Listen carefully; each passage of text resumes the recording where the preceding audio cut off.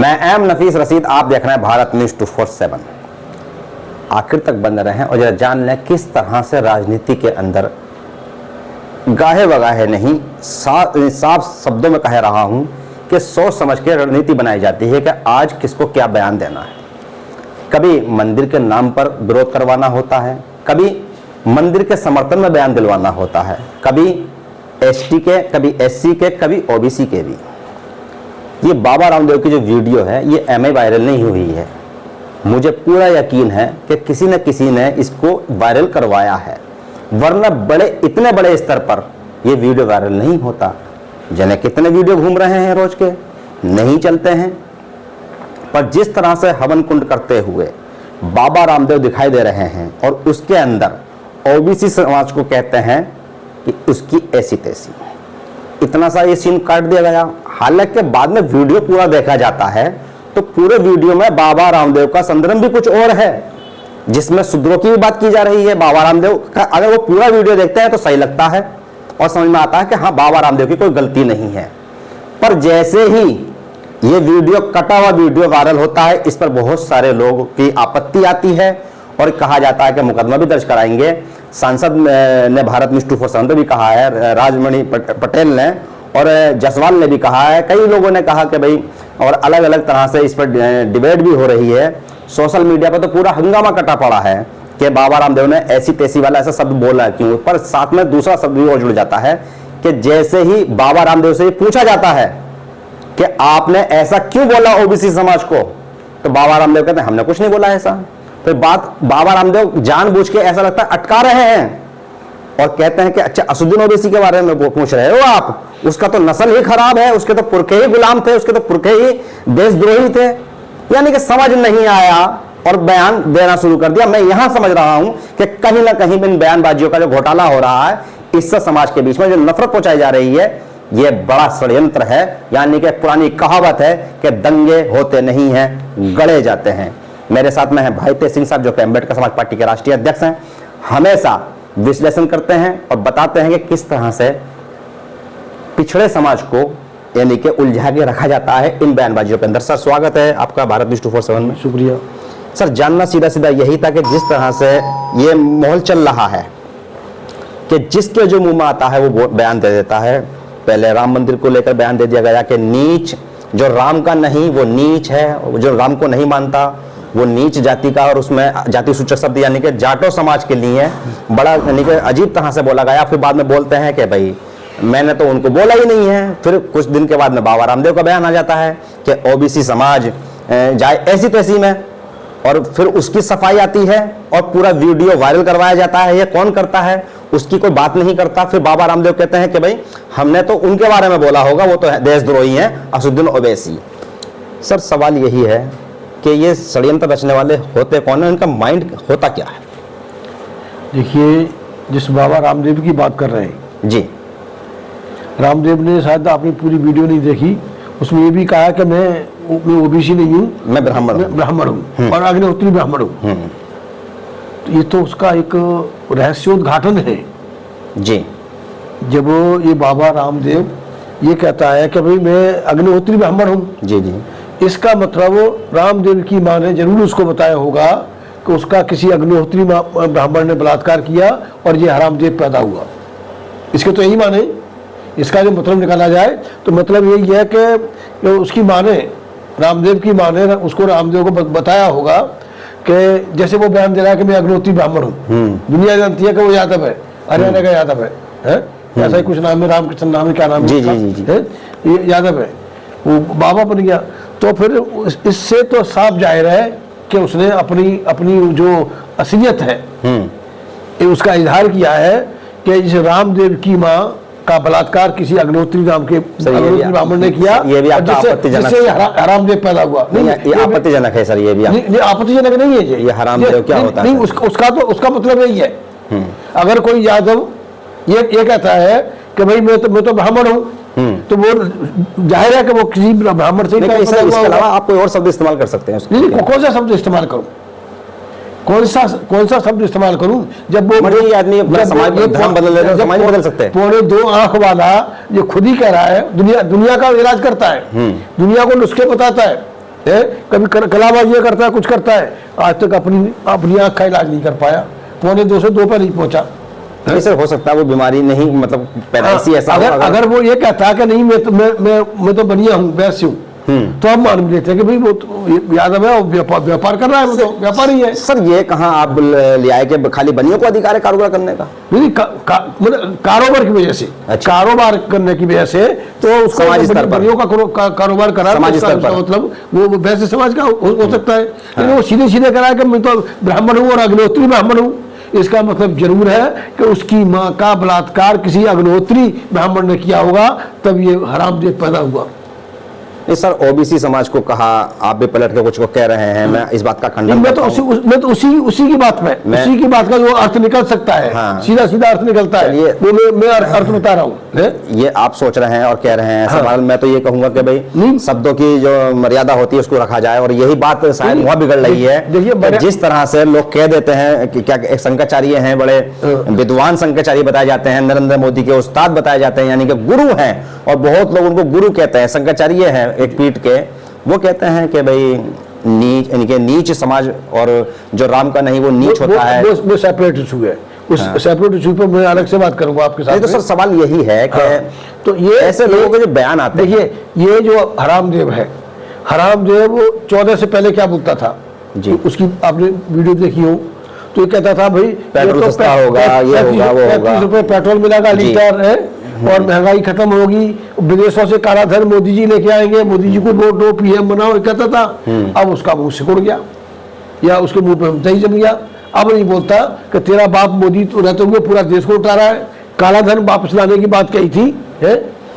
और इसने गारंटी ली थी, इसने हरामदेव ने गारंटी ली थी कि मोदी जी काला धन वापस लेके आएंगे, लेकिन काला धन तो दूर की बात रही, ये तो यहाँ से सफेद धन यहाँ से जा रहा है, कभी नीरव मोदी के बहाने, कभी विजय माल्या के बहाने, कभी किसी के बहाने 9 लोग दे जा चुके हैं, अरबों खरबों जो बैंकों का दिवाला निकल चुका है, ये तो उल्टा हो रहा है, और हरामदेव चुप है, अपने आप को बहुत बड़ा डॉक्टर। तो सर इससे जो ना इस तरह के बयानों से समाज में क्या फर्क पड़ता है, और साथ ही साथ राजनीतिक उद्देश्य जो नेताओं के होते हैं, क्या वो सक्सेसफुल हो पाते हैं? नहीं, देखिए वो पगला है, वो रोगी है, मानसिक रोगी, ऐसे लोगों को मैं मानसिक रोगी कहता हूँ।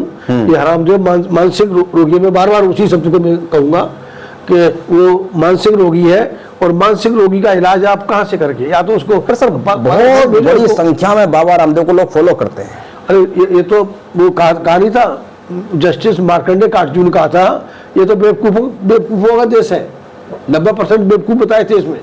और सही बात है कि जिस देश की 80% आबादी ऐसी हो जो अपने हित और अहित का उसे ज्ञान न हो, उसका क्या करोगे, उसका क्या बनाओगे, क्या बिगाड़ोगे?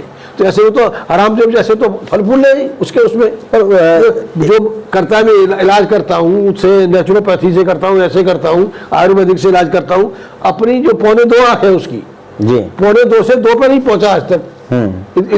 इतना बड़ा वो डॉक्टर है, इतना बड़ा आयुर्वेदाचार्य है, और योगी भी है वो, है?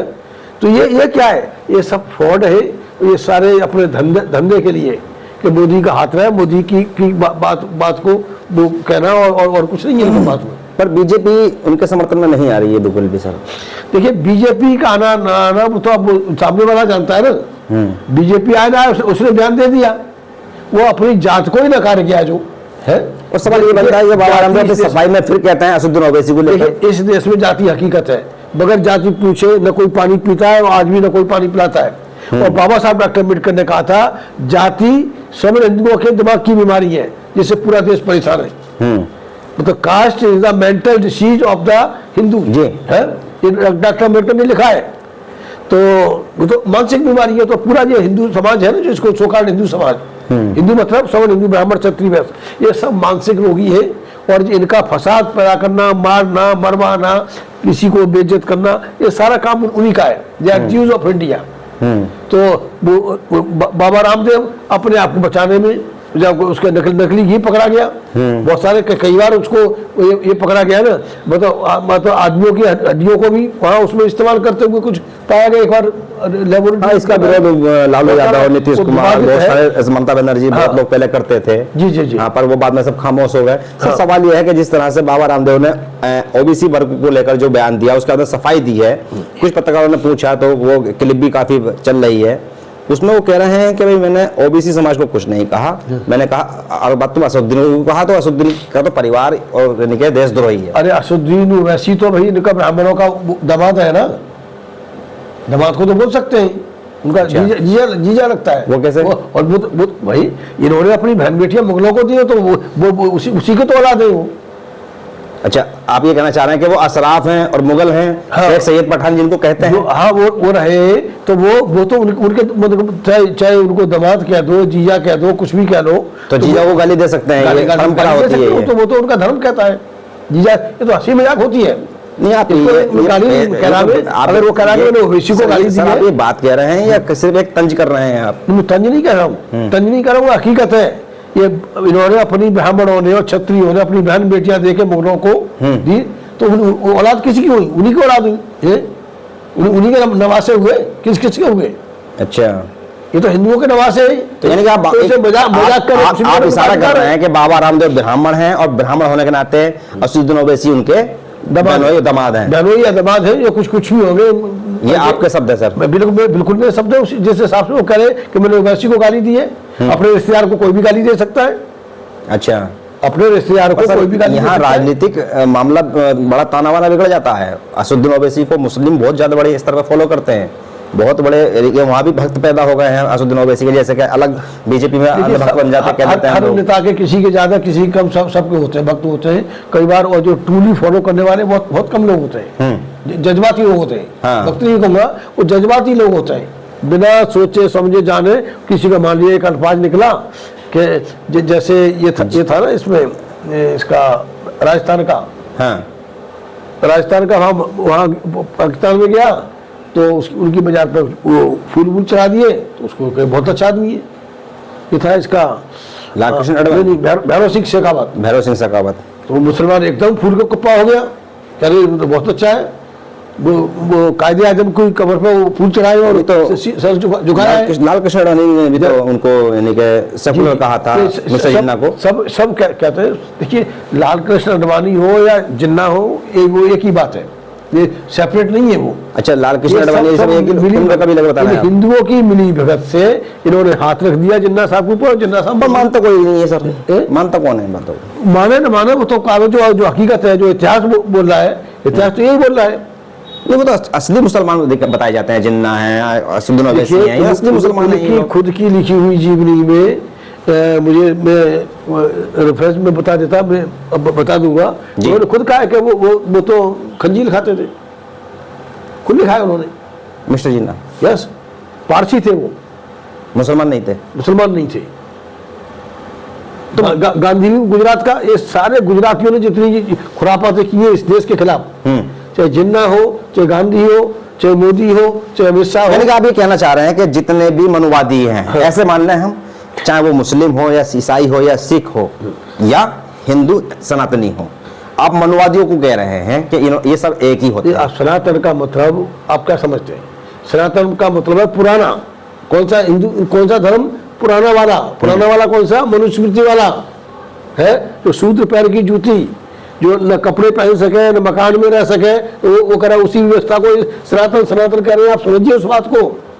सनातन कहने का मतलब है आप संविधान को नकार रहे हैं, संविधान के खिलाफ बोल रहे हैं सनातन कह के। ये तो कहते हैं शांति। सनातन का मतलब सनातन का मतलब शांति नहीं है, सनातन का मतलब पुराना। आप डिक्शनरी देखिए, बिल्कुल सनातन का मतलब पुराना। शांति की बात है ही नहीं कहीं करके। झूठ क्यों बोलेंगे? अरे हिंदुओं के देवी देवता है, बताइए एक भी देवी देवता ऐसा जिसके हाथ में हथियार न हो? ये क्या है? वो भगवान तो शांति के लिए होता है ना। हाँ। शांति की बात करता है, लेकिन तो कलम भी होती है, पेन किताब भी होती है। कोई न कलम है न किताब है। कहा कि जो सरस्वती जो वंदना करते हैं, हाँ। जिस देश में सरस्वती की वंदना की, शिक्षा की देवी सरस्वती की वंदना की जाती हो, फिर भी करोड़ों लोग अंगूठा छापे लानत है ऐसी देवी पे। फिर स्कूलों में क्यों, कॉन्वेंट स्कूल में क्यों भेजते हैं बच्चों को? सर सवाल यही है कि बाबा रामदेव का जो बयान है ये, इससे ओबीसी समाज कितना प्रभावित देखिए, वो तो बेहुदा आदमी है, बेहुदा बयान देगा, बेहुदा शख्स ये राजनीति से हो सकता है। उसको पकड़ के कोई 4 जूते लगाए कि भाई तूने कहा था मोदी जी आएंगे, 14 से बोला था कि भाई मोदी जी आएंगे, बाहर से काला धन लाएंगे और आप सबको पैसा मिलेगा। उसी बात में उसने जो जिसकी आज गारंटी कर रही है, आप रामदेव को जूता लगाने की बात कर रहे हैं? बिल्कुल बिल्कुल। इन झूठों को तो झूठे का मुंह तो काला होना चाहिए, मुंह काला करके जूते लगाना चाहिए। झूठ बोला उसने, मोदी का भी मुंह काला करके जूते लगने चाहिए। मतलब जुमले हैं, कोई भी बोल जाता है। जुमले का मतलब क्या नहीं है? इसका मतलब तुमने देखिए, इलेक्शन कमीशन की वो उसकी जो गाइडलाइन है, मैनिफेस्टो में नहीं था ऐसी बातें सभी है। देखिए, इलेक्शन कमीशन की गाइडलाइन भी कहती है, वॉशिंग पाउडर निरमा कह देते हैं ना, दूध की सफेदी, दूध की सफेदी में वॉशिंग पाउडर निरमा की सफेदी में, ये तो राजनीतिक बयान होते हैं सर। बीजेपी तो एक लॉन्ड्री है, लॉन्ड्री बोलते हैं जो कपड़े साफ करते हैं, साफ करने वाली। और साला कितना ही बड़ा बेईमान हो, कितना ही बड़ा चोर हो, कितना ही बड़ा उचक्का हो, बलात्कारी हो, बीजेपी की लॉन्ड्री में जाते ही एकदम फकाफक सफेद हो जाता है। सर आप भी एक बड़े लीडर हैं, मैं काफी लोगों से बात करता रहता हूं, सबके सब ज्यादातर यही कहते हैं कि जो राजनीतिक मंच होते हैं वहां से जो रैली में बयान दिए जाते हैं वो एक तरह से विज्ञापन होता है। विज्ञापन नहीं होता। देखिए, ये तो जनता के साथ धोखा है, वोटर के साथ धोखा है। वोटर को आप क्या कह रहे हैं? हाँ, ये जो मॉडल कोड ऑफ कंडक्ट है इलेक्शन का, वो उसका वायलेशन है वो जी। अगर आपने वायदा किया है और वो आदमी प्राइम मिनिस्टर बना है, he has to fulfil his promise. नहीं तो ये उस वोटर के साथ धोखा है। और उस धोखेबाजी में इसने, ये हरामदेव ने साथ दिया है, तो हरामदेव भी बराबर का कल्पित है, उसको भी सजा मिलनी चाहिए। वही कोर्ट कचहरी से तो उम्मीद नहीं है कि वो सजा देगा। तो निश्चित तौर से ये समाज के लोगों को मौका लगे। इसमें अखिलेश कुछ नहीं बोल रहे हैं। अखिलेश को बेईमान का कभी मुंह खुलता है क्या? मायावती कुछ नहीं बोली है। बेईमान नहीं लड़ता, बेईमान लड़ता नहीं है, बेईमान समझौते करता है। ऊपर से एक गुजरात के मोदी थे, उन्होंने ओबीसी वर्ग पर नरेंद्र मोदी को इशारा नाम लेते हुए जात पात को लेकर राहुल गांधी पे मुकदमा दर्ज करवा दिया था। तो बहुत से लोग रामदेव पे मुकदमा की बात कर रहे हैं। आपकी सत्ता है, आप कुछ भी कर सकते हैं। अच्छा, कुछ भी करवा सकते हैं। तो रामदेव पे कुछ हो सकता है मुकदमा? जैसे लोग को मरवा सकते हैं, रामदेव पे मुकदमा हो सकता है सर? बिल्कुल हो सकता है, क्यों नहीं हो सकता? हिरेन पांड्या अपने होम मिनिस्टर को मरवा सकते हैं। अमेरिका ने इनको वीजा रिजेक्ट कर दिया था मोदी का, ये कहकर कि जो शख्स मतलब वो प्राइम मिनिस्टर के होते हुए अपने प्रदेश में दंगे करवा सकता है, वो उसकी एंट्री नहीं है हमारे यहाँ। बस सर सवाल ये है कि रामदेव ने तो पूरी वीडियो के अंदर ये कहा कि भाई वो शूद्र भी है, वो यानी कि क्या कहते हैं वैश्य भी है, वो क्षत्रिय भी है, वो ब्राह्मण ही नहीं है, और जो पढ़ा लिखा है वो ब्राह्मण है। इसका मतलब तो साफ हो गया कि उसकी माँ का गैंग रेप हुआ होगा, तब ये ब्राह्मण भी का भी असर है इसमें, क्षत्रिय का भी है, वैश्य का भी है और शूद्र का भी। आपत्तिजनक शब्दों का इस्तेमाल कर रहे हैं सर आप। बिल्कुल गलत, मतलब उसके शब्द के अनुसार ये कैसे हो सकता है? हिंदूवादी व्यवस्था में आज या ब्राह्मण हो सकते हैं, या क्षत्रिय हो सकते हैं, या वैश्य हो सकते हैं, या शूद्र हो सकते हैं। इन्होंने कहावत कही कि जो आदमी पढ़ा लिखा है वो सब कुछ है। मैं ये भी कर रहा हूँ, सेवा भी कर रहा हूँ, मैं सबकी व्यापारी है, मैं हिफाजत की बात कर रहा हूँ। प्रोफेशन वो व्यापारी है, व्यापार कर रहा है। और आप कह रहे हैं माँ का गैंग रेप हुआ है? नहीं तो गैंग रेप, जब आदमी ब्राह्मण भी हो, मैं क्षत्रिय भी हूँ, मतलब हर ब्राह्मण का भी अंश है उसके अंदर। कोई अगर ये कह रहा है कि मैं संपूर्ण हूँ, नहीं संपूर्ण कैसे हो सकता है? हिंदूवादी व्यवस्था ये अलाउ नहीं करती। गंगा जमुना तहजीब भी तो कहते हैं। एक वर्ण का व्यक्ति, गंगा जमुना तहजीब भी तो कहते हैं सर। गंगा जमुना तहजीब को कुछ ही बकवास है वो, ये तो मुसलमानों के दिमाग का फिजूल है। गंगा जमुनी तहजीब कोई तहजीब नहीं है। नहीं तो अगर बाबा रामदेव कह रहे हैं कि मैं संपूर्ण हूँ, मैं संपूर्ण मैं सबको मानता हूँ, अरे संपूर्ण होता तो 1.25 से 2 पे पहुंच जाता। 2.25 अखबारा है ना सर। ऐसे तो बहुत विकलांग है दुनिया में, ऐसा कैसे? विकलांग की बात नहीं, दिव्यांगों का देखिए सम्मान चाहिए सर। ट्रेस पासिंग अलाउ नहीं है उसमें, हिंदुओं में ट्रेस पासिंग। एक वर्ण का व्यक्ति अपने आप को दूसरे वर्ण का नहीं कह सकता, दूसरे वर्ण का तीसरा नहीं कह सकता, वहां पक्का था। ब्राह्मण को कहा जाता, ब्राह्मण जात नहीं है सर, पढ़े लिखे को ब्राह्मण कहते हैं, पंडित उसे कहते हैं जो पढ़ा लिखा। पढ़े लिखे को ब्राह्मण नहीं है, ब्राह्मण वर्ण है, जाति नहीं है, ब्राह्मण वर्ण है। अच्छा, क्षत्रिय वर्ण है, शुक्ला, द्विवेदी, चतुर्वेदी, ये उनकी जातियां हैं। यहाँ कर्म भी तो पूछा जाता है ना सर, कि कोई सेवा कर रहा है या नहीं कर रहा? कर्म कोई नहीं जानता है। आज भी जाति जन्म से जाति है यहाँ पे। हाँ, जाति जन्म से है इस देश में, उसके बाहर जाति नहीं है, कोई अडॉप्शन नहीं है। सर, आप अपने आप को पढ़ लिख के ब्राह्मण, डॉक्टर अम्बेडकर की मूर्तियां आज भी तोड़ी जाती है। डॉक्टर अम्बेडकर से आज भी नफरत है। क्यों नफरत है? कि वो जाति के आधार पर है। मतलब मूर्ति से भी नफरत है, मूर्तियां तोड़ी जा रही है तो मूर्ति से नफरत है उनको। पर मैं सर आखिर में आपसे जानना चाह रहा था कि जिस तरह से बाबा रामदेव के इस बयान को लेकर पूरा सोशल मीडिया पर हंगामा बरपा है, इसका असर आने वाले लोकसभा चुनाव में क्या रह सकता है? देखिए, वो जो 22 तारीख को जो सो कॉल्ड प्राण प्रतिष्ठा हो रही है, पत्थर की मूर्ति 22 तारीख के बाद में बोलेगी, चलेगी, फिरेगी, लोगों को आशीर्वाद देगी। जो पत्थर का राम है, जो उसमें मंदिर में लग रहा है, दूसरे मंदिर में पत्थर का राम में प्राण प्रतिष्ठा होते एकदम बोलेगा, चलेगा, लोगों को आशीर्वाद देगा और लोगों का भला करेगा, दुश्मनों का पूरा करेगा, मतलब असुरों का संहार करेगा, देवों की पूजा करेगा। सर, क्यों किसी की आस्था पर चोट कर रहे हैं? अरे किस बात की आस्था? तो हमारी आस्था पर 2500 साल से चोट हुई है।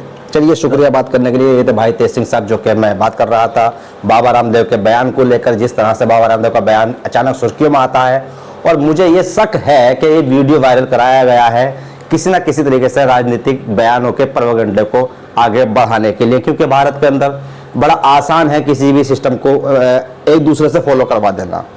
बाबा रामदेव एक बड़े बिजनेसमैन हैं और अपने पतंजलि कंपनी के लिए कुछ ना कुछ करते ही रहते हैं, हमेशा सुर्खियों में बने रहे हैं। अकेला बाबा रामदेव का ये पहला बयान नहीं है ओबीसी को लेकर, इससे पहले भी पत्रकारों को लेकर बयान हो चुके हैं और बहुत से मामलों पर मुस्लिमों के ऊपर भी बात कर चुके हैं, धर्म को लेकर बहुत सी बातें बोल चुके हैं। कहते हैं कि मुस्लिमों के विरोध में बोल जाएंगे और राजनीतिक बयान तो उनके ऐसे ऐसे रहे हैं जिस पर आज भी पूरे देश के अंदर बहुत से लोग आपत्ति दर्ज कराते रहते हैं। तो कुल मिलाकर बाबा रामदेव का जो एक तरह से रिश्ता है विवादों से, वो बना रहता है। अब देखना यह है कि किस तरह से ओबीसी समाज इसको लेता है, क्योंकि लोकसभा चुनाव को देखते हुए भी हम सोच रहे हैं और साथ ही साथ हम ये भी ध्यान कर रहे हैं कि जिस तरह से 22 जनवरी को राम मंदिर के प्राण प्रतिष्ठा होनी है, उसके लेकर जो विरोध नहीं हो रहा है पूरे भारत के अंदर, विरोध नहीं हो रहा है, खास करके उस वर्ग से जिससे उम्मीद की जा रही थी, सारा आप समझ चुके हैं। तो कहीं ना कहीं आपस में तो विरोध कराने का नतीजा नहीं है ये, तो सोच लिया कि चलो इस तरह से कर देते हैं, हो सकता है। मैं एम नफीस रशीद, आप देख रहे थे भारत न्यूज़ 247।